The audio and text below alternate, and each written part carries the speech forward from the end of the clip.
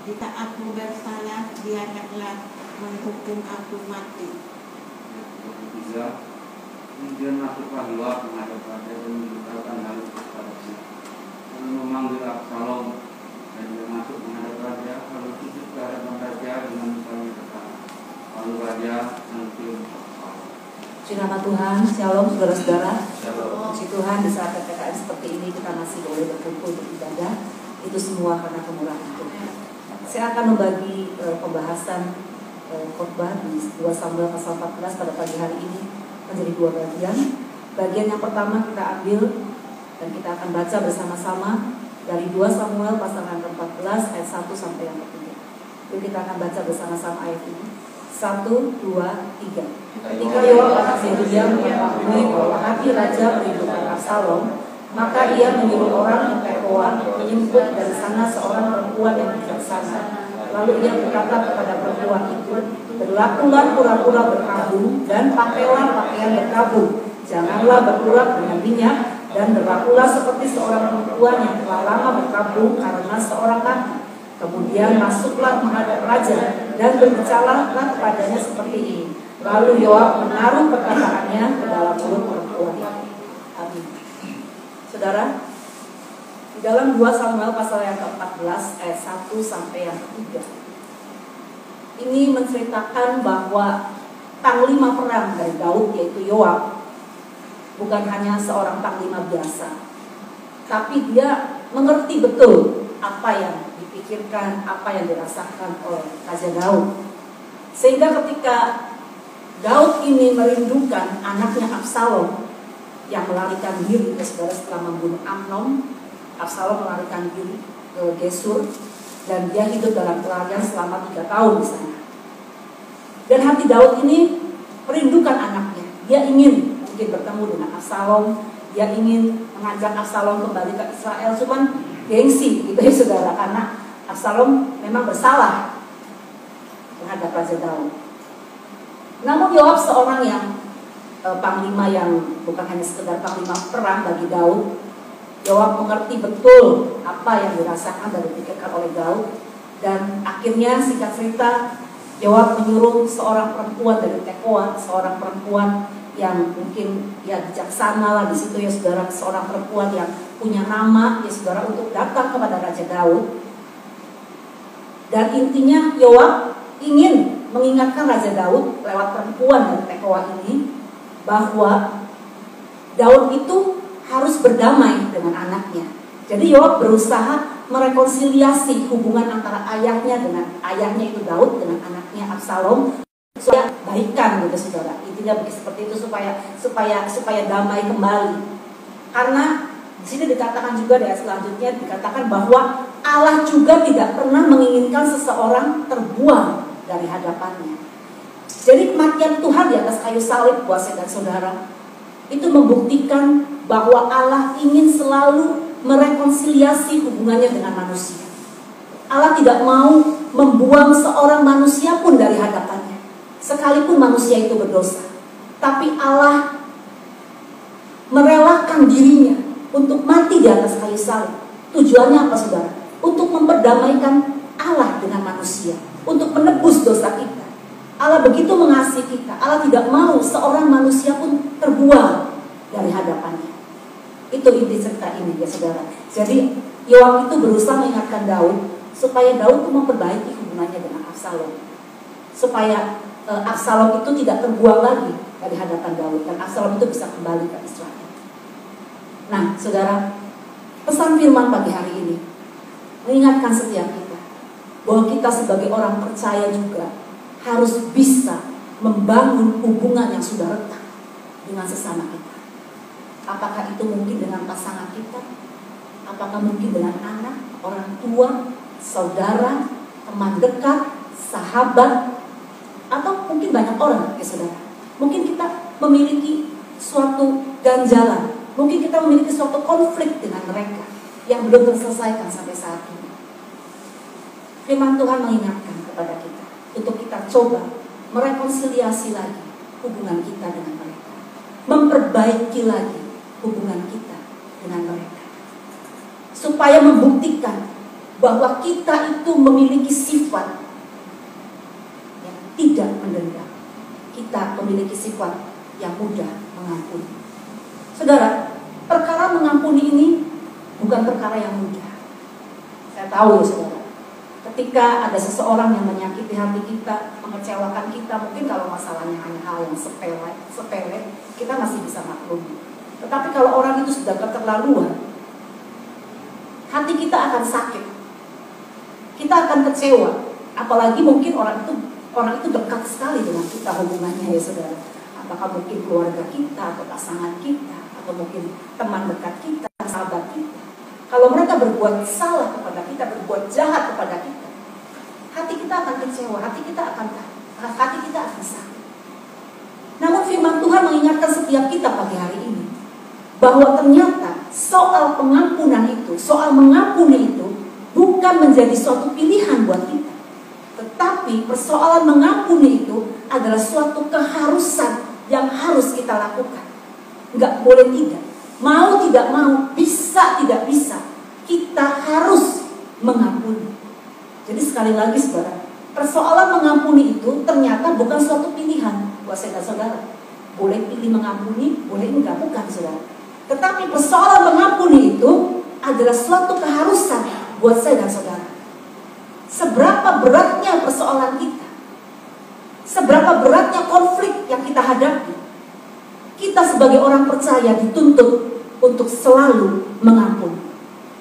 Saudara, kita akan baca bersama-sama di dalam Matius 6 ayat 14 sampai 15. Matius 6 ayat 14 sampai 15. Saya akan bacakan saja ayat ini. Karena jikalau kamu mengampuni kesalahan orang, Bapamu yang di surga akan mengampuni kamu juga. Tetapi jikalau kamu tidak mengampuni orang, Bapamu juga tidak akan mengampuni kesalahan. Jadi kenapa saya katakan mengampuni ini adalah suatu keharusan? Karena kalau kita tidak mengampuni orang yang bersalah kepada kita, saudara, kita tidak mau mengadakan hubungan perbaikan, hubungan perdamaian dengan dia, maka Tuhan tidak akan pernah mengampuni kita. Tuhan tidak akan pernah mengampuni segala kesalahan kita. Ngeri ya saudara, ngeri sekali. Kalau seandainya kita membawa dendam, membawa sakit hati kita, membawa kekecewaan kita kepada seseorang sampai mati, tidak selesaikan, maka dosa kita tidak akan diampuni. Walaupun mungkin hanya satu orang. Nggak usah banyak-banyak, satu orang aja saudara ya. Mungkin satu orang aja, kita nggak bisa mengampuni. Percuma apa yang kita lakukan buat Tuhan. Entah itu berdoa, entah itu beribadah, entah itu melayani Tuhan, memberikan persembahan, semuanya akan sia-sia kalau kita tidak bisa mengampuni. Mungkin sampai kita menutup mata saudara, Raja Surga tidak akan menjadi bagian kita, karena dosa kita nggak pernah diampuni oleh Tuhan. Ayat ini mengatakan dengan jelas, kalau kamu mengampuni seseorang, maka Bapa di surga akan mengampuni kesalahan. Tetapi kalau kita tidak mengampuni seseorang, maka Tuhan juga tidak mengampuni kita. Konflik apa yang sedang saya dan saudara hadapi saat ini? Selesaikan saudara. Saat ini adalah saat-saat yang sukar. Saat-saat pandemi seperti ini, bagaikan kita itu dibawa pada sebuah keadaan yang mengerikan, saudara. Kita bisa saja sakit dan mungkin dipanggil pula oleh Tuhan. Kapan waktunya kita nggak tahu. Mungkin besok, mungkin minggu depan, bulan depan, tahun depan, atau mungkin juga masih lama, tahu ya saudara. Kapan Tuhan masih memberikan kesempatan buat kita? Selama apa? Kita nggak pernah tahu. Ngapain punya musuh, saudara, di saat-saat seperti ini, ya saudara? Justru di saat-saat yang sukar seperti ini, kita mau cari sebanyak-banyaknya teman-teman yang baik, sahabat-sahabat yang baik, ya saudara. Kita mau berikan pesan yang sebanyak-banyaknya, pesan yang terbaik buat mereka, supaya ketika kita pulang ke surga, ya saudara, apa sih yang diingat oleh teman-teman kita, saudara? Mungkin kalau anak-anak kita sudah meninggalkan warisan ya, mereka ya saudara, warisan berupa harta, mungkin kekayaan. Tapi apa yang kita tinggalkan buat teman-teman kita, buat sahabat-sahabat kita? Kesan seperti apa, saudara? Kenangan seperti apa yang akan kita tinggalkan buat mereka? Ya kebaikan kita, ya saudara, kebaikan kita yang kita tinggalkan. Nama baik kita yang kita tinggalkan buat mereka. Nah, oleh sebab itu saudara, jangan sia-siakan waktu yang masih ada, kesempatan yang Tuhan sudah berikan buat kita. Kita nggak tahu sampai kapan, saudara. Karena waktu Tuhan bukan waktu kita, ya saudara. Banyak orang yang nggak disangka meninggal, banyak orang yang sudah meninggal saat ini. Waktu Tuhan kita nggak tahu. Firman Tuhan mengingatkan kepada kita, selama waktu itu masih ada, mari adakan rekonsiliasi, hubungan yang baik, hubungan yang sudah retak kita perbaiki kembali. Konflik yang ada kita selesaikan, saling mengampuni. Saling mengampuni itu bukan berarti masih ada unek-unek ya saudara. Kalau kita katakan bahwa kita sudah mengampuni orang itu, tetapi ketika kita bertemu dengan orang itu langsung splengos ya saudara, sama aja bohong ya saudara, sama aja bohong. Kita ketemu dengan orang itu permut, plengos sana plengos sini ya saudara. Kita katakan bahwa kita sudah mengampuni dia, atau mungkin juga kita katakan bahwa kita nggak benci sama dia, cuma kadang-kadang moodnya saya nggak enak gitu ya saudara. Itu juga sama menyakiti hati orang ya saudara. Kita mungkin nggak punya salah apa-apa, ketemu dengan orang itu, ketemu dengan teman kita, kalau kita kelamas plengos, kita buang muka, kita nggak nyapa dia, nah itu juga sama aja menimbulkan sakit hati, menimbulkan kekecewaan. Mari saudara, kita berbuat baik, jangan jemu-jemu berbuat baik di saat-saat seperti ini. Di saat-saat yang sukar seperti ini saudara, kita mau tunjukkan bahwa kita sebagai orang-orang percaya bisa melakukan apa yang Tuhan katakan. Kita boleh menerapkan karakter Kristus dalam kehidupan kita. Saudara tahu cerita tentang Yusuf.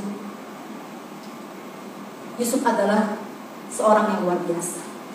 Walaupun dia sudah dikhianati, bahkan dibuang oleh saudara-saudaranya di Mesir, dijadikan budak ya saudara. Tetapi hebatnya Yusuf sama sekali tidak menyimpan dendam kepada saudara-saudara. Yusuf bahkan mengampuni dan menerima saudara-saudaranya ketika mereka datang ke Mesir. Luar biasa Yusuf di sini. Nah, Tuhan mengerti betul apa yang akan terjadi atas kita, karakter kita, sikap kita. Tuhan mengerti betul saudara. Sehingga ketika Tuhan merancangkan hidupnya Yusuf, Tuhan tahu bahwa bakalan Yusuf ini mengampuni saudara-saudaranya, mengasihi saudara-saudaranya, maka Tuhan mengangkat Yusuf, Tuhan memuliakan Yusuf, sehingga Yusuf ditaruh di Mesir. Artinya Yusuf dipersiapkan oleh Tuhan untuk menjadi penolong buat saudara-saudara. Tuhan mengangkat hidup Yusuf karena Tuhan tahu betul karakter Yusuf itu seperti apa. Demikian juga halnya dengan saya.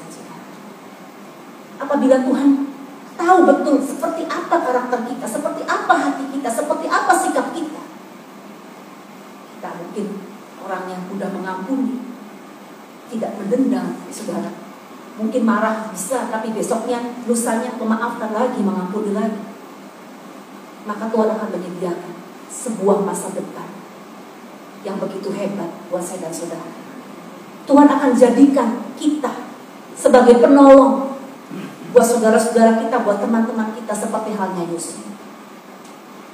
Orang yang mudah mengampuni itu tidak akan pernah ditinggalkan oleh Tuhan, saudara. Tuhan pasti memberikan pembelaan buat dia. Oleh sebab itu saudara, mari kita mau berjuang. Kenapa saya katakan berjuang? Karena saya tahu mengampuni itu bukan perkara yang mudah, saudara. Saya punya seseorang kenalan, saudara. Saya nggak punya salah apa-apa, setiap ketemu dia selalu bermut, ya saudara, nggak disapa, ya saudara. Malah kalau saya nyapa ketawa, dianya pura-pura nggak lihat saya. Ya biarin aja. Saya tidak menyimpan dendam. Saya berdoa kepada Tuhan. Saya percaya Tuhan akan mengubahkan karakternya. Tuhan akan mengubahkan Tuhan akan mengubahkan sikapnya. Saya tidak mau membalas kejahatan dengan kejahatan lagi. Ya udah, biar aja gitu ya saudara ya. Nanti kalau ketemu dia lagi tak tengosin lagi, enggak saudara. Kita mau belajar menjadi seorang percaya yang dapat membalas kejahatan dengan kebaikan. Amin saudara. Oleh sebab itu, mari saudara, miliki hati yang mudah mengampuni. Seberapa besar konflik yang kita hadapi, kita mau belajar untuk mengampuni orang yang bersalah kepada kita. Sekarang saatnya, bukan nanti saudara. Karena kita tidak tahu kesempatan itu datangnya sampai kapan, ya saudara, kita nggak ngerti. Mari, sebelum waktu kita terlambat, kita mau memberikan pengampunan kepada orang yang bersalah kepada kita. Kita mau bebaskan hati kita. Tidak ada lagi ganjaran. Nah saudara, apa sih saudara keuntungan yang kita dapatkan apabila kita mengampuni seseorang?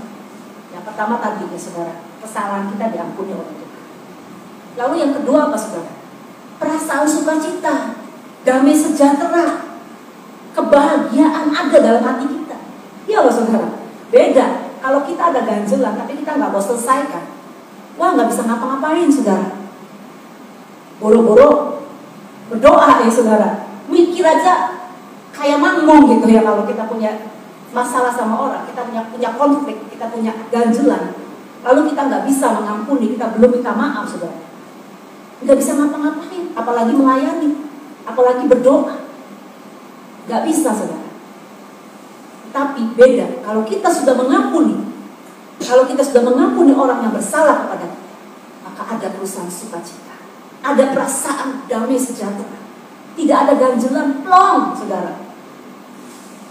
Berkat uang juga kalah ya saudara ya, kalau kita sudah mengampuni orang yang bersalah, kalau kita sudah mematikan kekecewaan kita, mematikan sakit hati kita, berkat uang juga kalah saudara. Hati yang damai sejahtera itu sulit didapatkan loh saudara. Mungkin uang bisa kita cari ya saudara, tetapi hati yang penuh dengan kebahagiaan, hati yang penuh dengan sejahtera itu sulit sekali untuk didapatkan. Lalu yang ketiga saudara, keuntungan apa yang kita dapatkan apabila kita mengampuni orang? Kita memiliki hidup yang berkenan di hadapan Tuhan, karena kita sudah melakukan firman Tuhan. Jadi jangan sampai kita rajin melayani, kita rajin datang ibadah, kita rajin mempersembahkan korban ya saudara, tetapi hidup kita ternyata tidak berkenan di hadapan Tuhan. Karena apa? Karena kita tidak melakukan firman Tuhan. Mungkin hal yang sepele buat saya dan saudara, mengampuni itu hal yang sepele. Saya sampai bingung saudara mendengarkan cerita dari teman saya. Katanya dia kalau berantem sama suaminya itu sampai 3 bulan katanya nggak ngomong gitu ya saudara ya, nggak berbicara itu sampai 3 bulan. Jadi kalau misalnya dia mau berkomunikasi, dia menyuruh anaknya, misalnya Pak ini apa gitu, apa ini apa gitu, menyuruh anaknya saudara. Kalau anaknya nggak ada kuliah ya saudara, dia SMS-an sama suaminya ya saudara. Aneh banget gitu ya saudara ya, sampai 3 bulan bisaan gitu saudara. Saya kalau sama suami saya punya masalah 1 jam 2 jam gak bisa tahan saudara. Saya selesaikan segera. Suami saya juga selesaikan segera masalah itu. Walaupun kami marah, mungkin marah ya saudara, tapi gak sampai diam-diam, gak sampai sore mungkin ya saudara, masalah udah selesai. Jangan saudara, mari kita mau berjuang hari-hari ini. Sikap kita seperti itu, kita mau buang, kita mau belajar memiliki hati yang mudah mengampuni. Kalau ada masalah konflik itu selalu ada, tapi kita mau selesaikan sesingkat mungkin waktunya. Kita mau selesaikan, jangan sampai 1 hari. Firman Tuhan berkata jangan sampai matahari terbenam, amarahmu belum padam. Kita mau selesaikan saudara, apalagi dengan pasangan kita, apalagi dengan anggota serumah kita. Mari kita mau belajar untuk memiliki hati yang mudah mengampuni, supaya ketika waktu itu datang buat kita, ketika kita pulang ke rumah Bapa di surga, semua konflik sudah beres, hati kita juga sudah beres di hadapan Tuhan. Amin saudara. Lalu pembahasan yang kedua, kita akan lihat di dalam 2 Samuel pasal yang ke-14 ayat 30 sampai 31. Yuk kita akan baca bersama-sama ayat ini. 2 Samuel pasal yang ke-14 ayat 30 sampai 31. 1, 2, 3. Lalu berkatalah ia kepada hamba-hambanya, lihat ladang Yoab ada di sisi ladangku, dan di sana ada jelainya. Pergilah, bakarlah itu. Maka hamba-hamba Absalom membakar ladang itu. Lalu Yoab pergi mendapatkan Absalom ke rumahnya dan bertanya kepadanya, mengapa hamba-hambamu membakar ladang kepunyaanku itu? Jadi ceritanya Absalom ini memanggil Yoab sudah 3 kali, saudara. Tapi Yoab tidak mau datang sama Absalom. Jadi akhirnya Absalom memanggil Yoab dengan cara yang salah, memancing Yoab untuk datang kepadanya, yaitu dengan membakar ladang Yoab. Jadi Absalom itu berusaha untuk memenuhi keinginannya, tapi dengan cara yang salah. Dia sama sekali tidak memandang bahwa Yoab itu sudah melakukan kebaikan buat dirinya. Kalau nggak ada Yoab, ya saudara, mungkin Absalom nggak akan pulang ke Israel. Tetapi karena ada suatu niat baik dari Yoab untuk merekonsiliasi hubungan antara Daud dengan Absalom, makanya Yoab berhasil dan akhirnya Yoab menarik Absalom untuk datang kembali ke Israel dan tinggal di situ. Tapi Absalom tidak memperhitungkan kebaikan yang sudah Yoab lakukan terhadap hidup. Pesan Tuhan yang kedua buat saya dan saudara tadi, jangan suka melupakan kebaikan orang lain, saudara. Jangan suka melupakan kebaikan orang-orang di sekitar kita. Mungkin itu pasangan kita, anak kita, orang tua kita, keluarga kita, sahabat-sahabat kita. Jangan pernah melupakan mereka. Jangan sampai pepatah dunia itu berlaku atas hidup kita. Air susu dibalas dengan air tuba.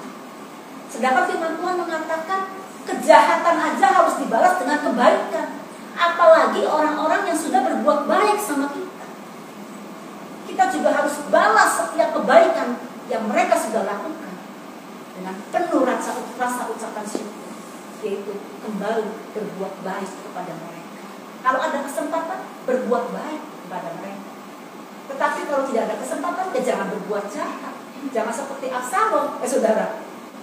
Nggak ada kesempatan berbuat baik, malah perbuatan jahat yang dia lakukan terhadap Tuhan. Saudara, jadilah orang yang tahu membalas budi. Karena kita tidak mungkin ada sampai saat ini.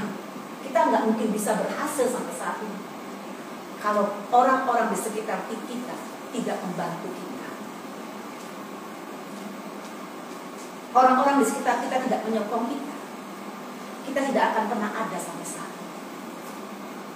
Memang benar, saudara, kita berhasil, kita sukses. Memang benar, saudara, kita berhasil, kita sukses. Itu semua karena anugerah Tuhan. Tapi ingat, ada orang-orang di sekitar kita yang mendukung kita, yang mensupport kita melalui doa mungkin, melalui tindakan, melalui semangat yang mereka berikan kepada kita. Jangan lupakan hal itu. Jangan suka kita sukses lalu kita sombong, saudara. Semuanya karena Tuhan.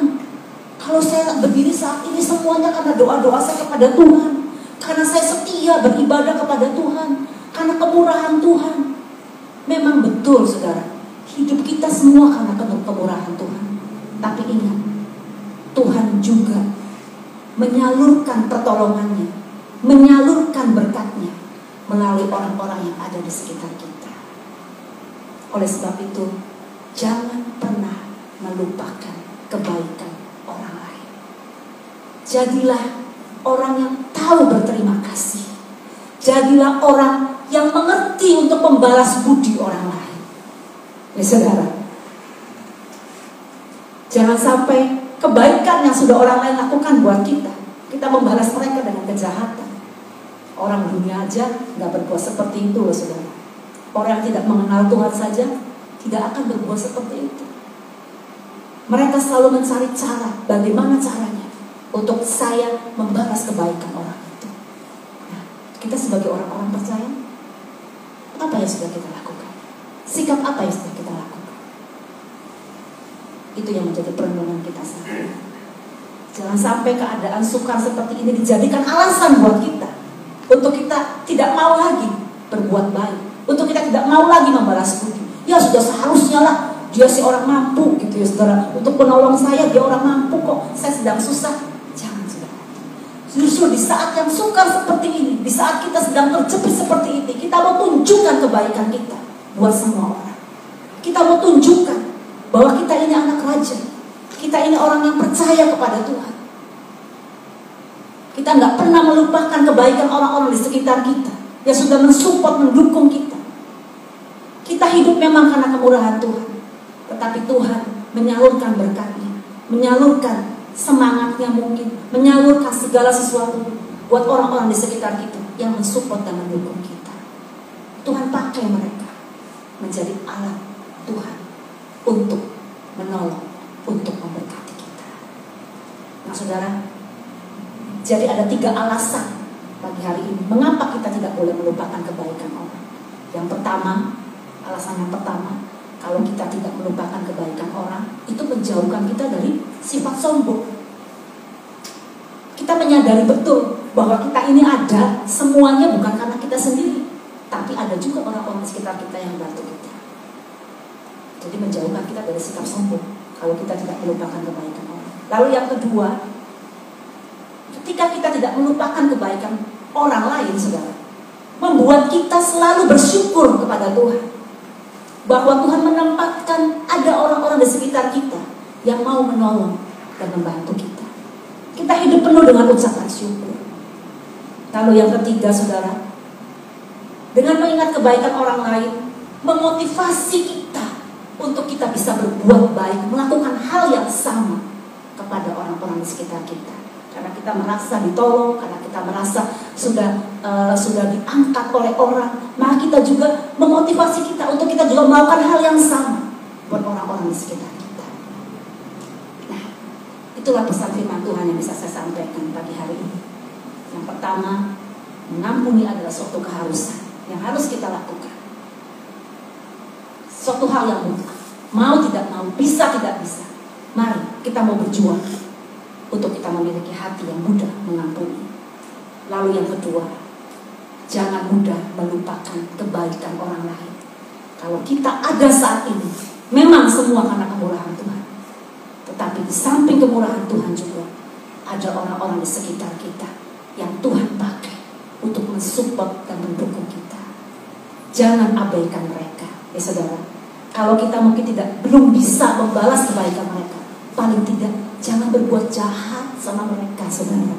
Paling tidak, mari kita mau melakukan sebuah hal yang benar-benar apa firman yang Tuhan katakan kepada kita.